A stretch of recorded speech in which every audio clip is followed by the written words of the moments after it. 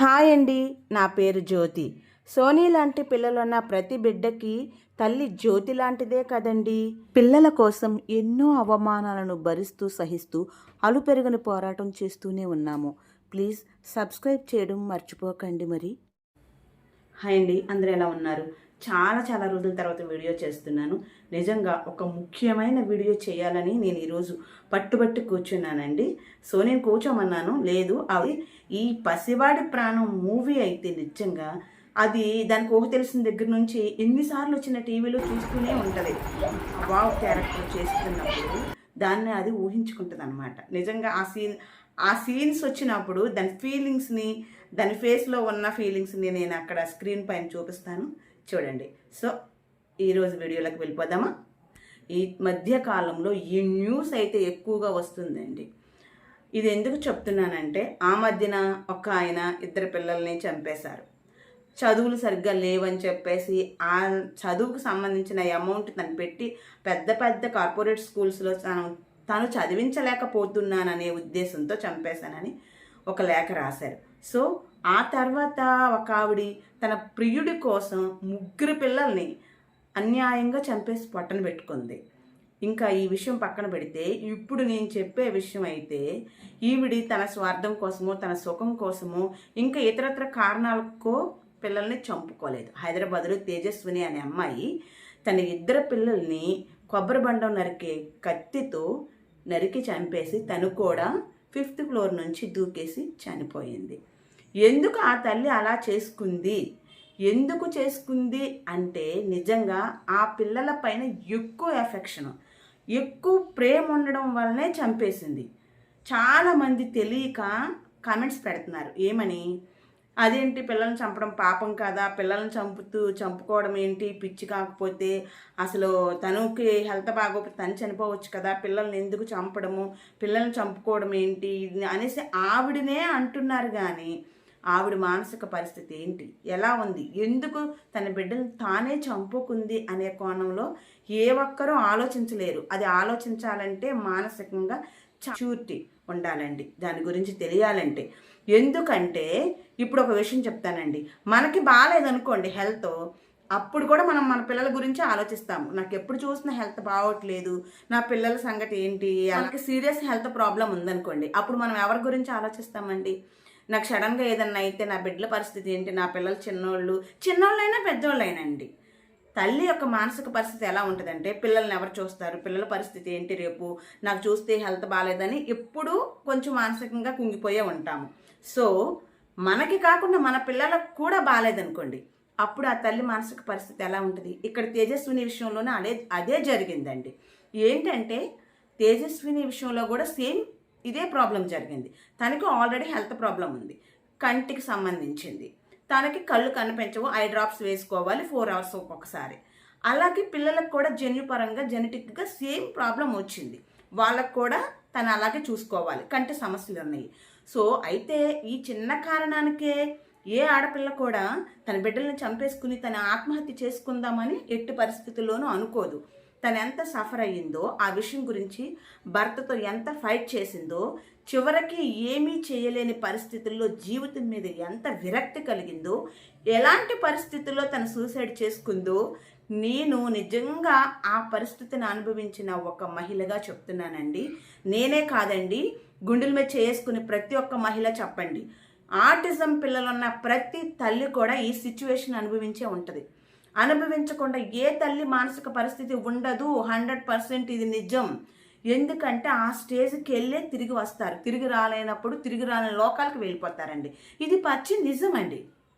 Autism ఉన్న పిల్లలకి బుద్ధిమాంద్యత కూడా ఉంటుంది, హైపర్ యాక్టివిటీ. ఈ 2 తోడైనవి అనుకోండి, ఇంకా ఆ తల్లికి నరకమేనండి.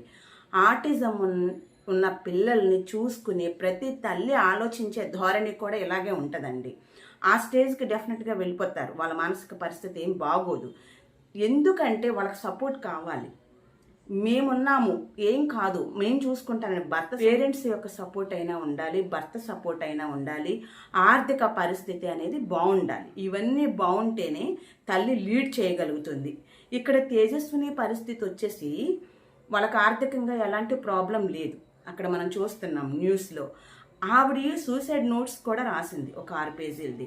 తనకి హెల్త్ బాగోపోవడం వల్ల, తన పిల్లలకు కూడా సేమ్ ప్రాబ్లం ఉండడం వల్ల నేను ఎలాంటి నిర్ణయం తీసుకున్నాను అని. నేను చాలాసార్లు నా భర్తకి చెప్పు ఉన్నాను, ఆయన నన్ను సరిగ్గా పట్టించుకోలేదు అనేది. ఇక్కడ భర్త అనేవాళ్ళు కేవలం తెచ్చామా, ఇచ్చామా, పెట్టామా, ఇంకెంతకంటే ఏం చేస్తాము అనేది నార్మల్ వాళ్ళ విషయంలో జరుగుద్దండి. ఎప్పుడైతే మానసికంగా కుంగిపోయిన ఒక స్త్రీ యొక్క ఆలోచన విధానంలో ఇంకా మోర్ కావాలి అతని నుంచి, ప్రేమ, ఎఫెక్షన్ లేదు, ఇంకా నేనున్నాను సపోర్ట్, నువ్వు ఎలాంటి దానికి టెన్షన్ పడొద్దు, భయపడొద్దు, మనకి ఆర్థికంగా ఎలాంటి ప్రాబ్లం లేదు కాబట్టి ఎంతైనా ఖర్చు పెట్టుకుని ఇంకా బెటర్ ట్రీట్మెంట్ ఇప్పిద్దాము. ఇప్పుడు ఏంటండి, క్యాన్సర్కి, గుండె జబ్బులకి, పెద్ద పెద్ద రోగాలకే డబ్బులు ఖర్చు పెట్టుకుని ట్రీట్మెంట్ చేయించుకోగలుగుతున్నాము, క్యూర్ చేసుకోగలుగుతున్నాము. అలాంటి కంటి సమస్య పెద్ద సమస్య ఏం కాదు, దాన్ని క్యూర్ చేసుకోవచ్చు మనం డబ్బు ఉన్నప్పుడు ఖర్చు పెట్టుకొని. ఆ స్టేజ్కి ఆయన రాలేదు. ఇది భర్త యొక్క వైఫల్యం అండి, నిజంగా చెప్తున్నాను. భర్త చెడ్డవాడని చెప్పేసి నేను అనట్లేదు, ఆ సపోర్ట్ అయితే ఆ భర్త తనకి ఇవ్వలేదు. ఇది పెద్ద సమస్యే కాదు, చాలా చిన్న సమస్య, దీని గురించి నువ్వు ఆందోళన చెందొద్దు అని అసలు చెప్పకుండా ఉండరు, చెప్తారు కదా అని కొంతమందికి డౌట్ రావచ్చు.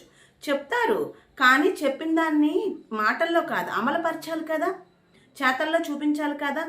రెగ్యులర్గా సపోర్ట్ ఇవ్వడమే కాదండి, రెగ్యులర్గా చెకప్స్కి వెళ్ళడము, ఇంకా బెటర్ ట్రీట్మెంట్ కోసం ఫర్దర్గా ఏం చేయాలి అది ఆవిడకి కనిపించాలి. అప్పుడు ఆ మానసిక స్టేజ్ నుంచి, ఆ పరిస్థితి నుంచి తను బయటకు వస్తుంది. సో అలా కాకుండా వెళ్దాము, చూద్దాములే, చేద్దాములే అనుకుంటే తనకి ఏం మార్పు ఉండదు కదా. సో ఇంకోటి ఏంటంటే, తను అడిగే కొందుకు వీళ్ళకి చిరాకు, విసుగు వచ్చేసి ఎప్పుడు చూసినా ఇదే సంత, ఇంట్లో గొడవ, ఏంటి నేను భరించలేకపోతున్నాను, పోతాను, అది ఇది అంటావేంటి, పోతే పో, సస్తే చావండి ముగ్గురు కలిసి అనేసి ఎప్పుడైతే అవతల వాళ్ళ నోటు నుండి వస్తుందో అదే వీళ్ళ మైండ్లో ముద్ర పడిపోద్దండి. ఎందుకంటే అనవసరం, ఈ జీవితం వేస్ట్, ఇప్పుడు నేను సమస్యతో బాధపడుతున్నాను, అది కాకుండా నా పిల్లలకు కూడా ఉంది, ఎందుకు నాకు ఈ జీవితం. ఇంకొకటి ఏంటంటే, ఆవిడ పిల్లల్ని ఏ తల్లి కూడానండి అస్సలు చిన్న దెబ్బ తగిలితేనే తట్టుకోలేదు, తల్లి మనసు విలవెల్లాడిపోద్ది. అలాంటిది తన బిడ్డలు తను చంపిందంటే తను పీక్ స్టేజ్కి వెళ్ళిపోయింది, తను నిర్ణయం తీసేసుకుందనమాట. ఈ లైఫ్ నుండి ఇంకా ఎండ్ అయిపోద్దాం అంతే, పిల్లలకే కాదు తన లైఫ్ కూడా ఇంకా వద్దు అనుకుని డిసైడ్ చేసుకుంది. ఒకటి ఏంటంటే, తనకు ప్రాబ్లం కాబట్టి తను సూసైడ్ చేసుకున్నా, తను చనిపోయిన పిల్లల సంగతి ఎందుకు, తనకు వదిలేయవచ్చు కదా అని చాలామంది అనుకుంటారు. నేను లేకపోతేనో అని క్వశ్చన్ మార్క్ అక్కడ. నా భర్త సరిగ్గా చూసుకోకపోవచ్చు. భర్త సంగతి పక్కన పెడితే, భర్త చిన్న వయసు, తను ఇంకో మ్యారేజ్ చేసుకుంటే వచ్చి ఆవిడ చూసుకుంటుందా? తను చూసుకోదు. తను ఎలా చూసుకుంటుందో అనేది ముందు ఈవిడ మైండ్లో రీల్ తిరుగుతూ ఉంటుంది. తన చేతిలో చిత్రహింసలు పడి పిల్లలు ఏమైపోతారో అనే ఒక ఆదృత, ఒక భయం ఎంతలా వెంటాడద్దంటే, అంటే ఎవరైనా చిన్న దెబ్బ కొడితే మనం వెళ్ళి వాళ్ళ మీద ఫైట్ చేస్తాం కదా, తన ఊహాత్మకంగా ఊహించుకునే విధానంలో నేను లేకపోతే అవతల వాళ్ళు నా పిల్లల్ని చిత్రహింసలు పెట్టేస్తారు, అందులో హెల్త్ బాగోని పిల్లలు. అలా కాకుండా వాళ్ళ చేతిలో ఏదైనా అయ్యే కంటే కూడా ఒక్క క్షణం బాధలో నేనే చనిపోతే ఇలాంటి ప్రాబ్లం ఉండదు, ఏ బాధ ఉండదు, వాళ్ళకి ఉండదు అని ఆవిడ ఊహించుకుంది. నేను లేకపోతే జరిగే సంఘటన ఏంటి అనేది ఊహించుకుంది. కానీ నేను లేకపోతే నా పిల్లలన్నా హాయిగా ఉంటారేమో అనేది ఊహించుకోలేదు తను. అంటే నా పిల్లలే నాకు సర్వస్వం, మోర్ ఎఫెక్షన్ అనమాట, ఇంకా అసలు చెప్పలేనంత ప్రేమ పిల్లల మీద. అందుకే నాతో పాటే నా పిల్లలకి ఏ చిన్న బాధ ఇతరుల నుండి కలగకూడదు అనే ఒక పిచ్చి ఆలోచనతో పాపం ఆ పిచ్చి తల్లి నిజంగా సూసైడ్ చేసుకుని ఆ పిల్లలు ఎంత బాగున్నారో, ఆవిడెంత బాగుందో అసలు చంపేసుకుంది, తను చనిపోయింది. నిజంగా ఒక్కటి ఆలోచించండి. అంటే తనకి హెల్త్ బాగాలేదు కదా, ఇప్పుడు మెంటల్గా ఆవిడ కొంచెం డిస్టర్బ్ అయి ఉంది కాబట్టి సైకియాట్రిస్ట్ దగ్గరికి వెళ్ళొచ్చు కదా అని చాలామంది అనుకుంటారు. వాళ్ళు రారండి, ఇది ముందు తెలుసుకోండి. వాళ్ళు రావడానికి ఇష్టపడరు ఎట్టి పరిస్థితుల్లో. నాకు పిచ్చి ఉందని, లేకపోతే నా గురించి గాసిప్స్ చెప్పుకుంటూ ఉంటారు పక్కన వాళ్ళు, లేకపోతే మన కొలీగ్స్, ఇంకెవరైనా బంధువులు అందరికీ తెలిసిపోద్ది ఈ విషయం అయితే. ఏదో ఒక సందర్భంలో భర్త అయినా దీన్ని టార్చర్ భరించలేకపోతున్నాను, మొన్నే హాస్పిటల్కి తీసుకెళ్ళాను, మెంటల్ డాక్టర్ దగ్గర తీసుకెళ్ళాను, చూపించాను, అయినా సరి అవ్వట్లేదని అది ఇది అనేసినప్పుడు ఎప్పుడో నోరు జారితే అదంతా బయటకి ఇష్యూ అయిపోద్ది. అప్పుడు అందరూ నన్ను వింతగా చూస్తారు, ఇప్పటికే నన్ను పిచ్చిదానిలా చూస్తున్నారు అని చెప్పుకుంటారు అనే థాట్లో ఉండడం వల్ల వాళ్ళు వెళ్ళరు. మరి వాళ్ళని ఎలా తీసుకెళ్ళాలి? ఎందుకంటేనండి, నేను తీసుకెళ్ళాను ఒక పర్సన్ని. అది ఎవరు అనేది నేను ఇప్పుడు చెప్పను. చాలా రోజుల క్రిందట నేను తీసుకెళ్ళాను. నేను ఎలా చెప్పి తీసుకెళ్ళాను చూపించాను కాబట్టే నేను చెప్పగలుగుతున్నాను. వాళ్ళకి చెప్పాలంటే చాలా ఓపిక ఉండాలండి. డాక్టర్ని మర్చిపోమనాలి మెయిన్ ముందు. ఆ డాక్టర్ ఎవరు అనేది మర్చిపోవాలి ఫస్ట్. సెకండ్, ఎవరు ఏమనుకుంటున్నారు అనేది మర్చిపోవాలి. నీ నుంచి నీ ప్రాబ్లం అనేది నీ నుంచి కానీ మా నుంచి కానీ బయట వాళ్ళకి ఎవ్వరికి కూడా కొంచెం కూడా వెళ్ళదు ఎట్టి పరిస్థితుల్లో. నీకు ఇలాగే ఉంటే ఇంకా సీరియస్ అయిపోద్ది. కాబట్టి నువ్వు వెళ్ళి మెడిసిన్ వాడుకుంటే దానివల్ల నీకు ఆలోచన విధానం తగ్గుద్ది, నీకు ట్రీట్మెంట్ సరిగ్గా అవుతుంది, నువ్వు నార్మల్గా మారగలుగుతావు. లేదంటే ఇంకా ఎక్కువైపోద్ది. డెఫినెట్గానండి ఇలాంటి సిచ్యువేషన్లో ఉన్న వాళ్ళు ట్రీట్మెంట్ తీసుకోవాలి. ట్రీట్మెంట్ తీసుకోకపోవడం వల్లే సీరియస్ అయిపోతూ ఉంటాయండి ఇలాంటివన్నీ కూడా. నేను అడిగాను, తను రాలేదు, తను రావట్లేదు, నేను రానంటుంది, నా గురించి అందరు చెప్పుకుంటారు అని అనుకుంటుంది అని చెప్పేసి భర్త వదిలేయడం న్యాయం కాదు. ఇక్కడ భర్తనే అతను సరిగ్గా పట్టించుకొని, సరిగ్గా కేర్ తీసుకుని, సరిగ్గా ఆలోచించి, మెచ్యూరిడ్గా ఆలోచించి ఉంటే మాత్రం డెఫినెట్గా ఇవాళ రోజున తను బ్రతికేది, పిల్లలు కూడా బ్రతికేవాళ్ళండి. ఎందుకంటే తన ఆలోచన, చాలామందికి అలాంటి ఆలోచన విధానం ఉండదండి, విసుక్కుంటూనే ఉంటారు. అంటే ఇది ఒక పెద్ద వ్యాధి కాదు, జబ్బు కాదు అనుకుంటారు. ఒక్కటి గుర్తుపెట్టుకోండి, అన్నిటికంటే పెద్ద జబ్బు, అతి భయంకరమైన జబ్బు ఏదైనా ఉంది అంటే అది మానసిక స్థితి బాగోపోవడమే. అదే పెద్ద జబ్బు అండి. మనకి ఏదైనా జబ్బు, నార్మల్ జబ్బు వస్తే దాన్ని తట్టుకోవాలంటే మన మానసిక పరిస్థితి బాగుండాలి. మన మెంటల్ కండిషన్ బాగుంటే ఏ జబ్బునైనా మనం ఎదుర్కొంటామండి. అది బాగోనప్పుడు మనం ఏ చిన్నదాన్ని కూడా ఎదుర్కోలేము. అతి పెద్ద ప్రాబ్లం ఏంటి అంటే మెంటల్ కండిషను.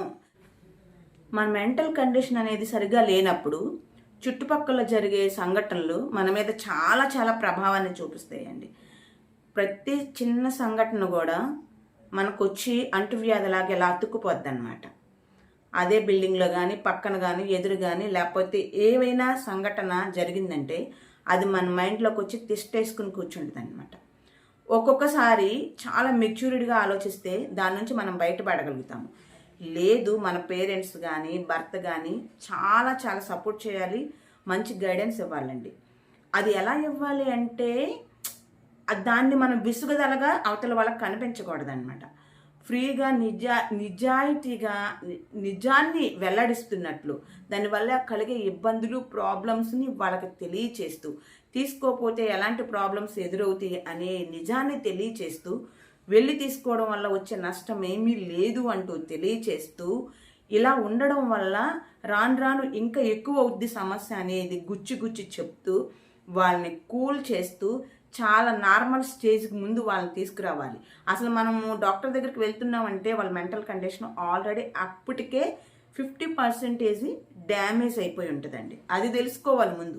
ఏదో చెప్తుంది, ఏదో వాగుతుంది, ఇది ఎలాగే వాగుద్ది ఎప్పుడు అనుకుంటే ఇలాంటి సంఘటనలే పక్కా జరుగుతాయండి. నా సొంత తోడబుట్టిన వాళ్ళ కోసం నేను వెళ్ళాను, నేను అన్నీ తెలుసుకున్నాను, నాకు అప్పుడే విషయం అర్థమైంది. సో ఇది ఎందుకు చెప్తున్నానంటే సమస్య మందండి, ప్రాబ్లం మంది. దీంట్లో ఎవరో ఏదో చెప్పేసుకుంటారు అని చెప్పేసి హరివరి అయిపోతే ఆ అమ్మాయి చాలా చిన్న వయసు, చాలా చాలా అనుభవం తక్కువ, దాని నుంచి బయటపడలేకపోయింది.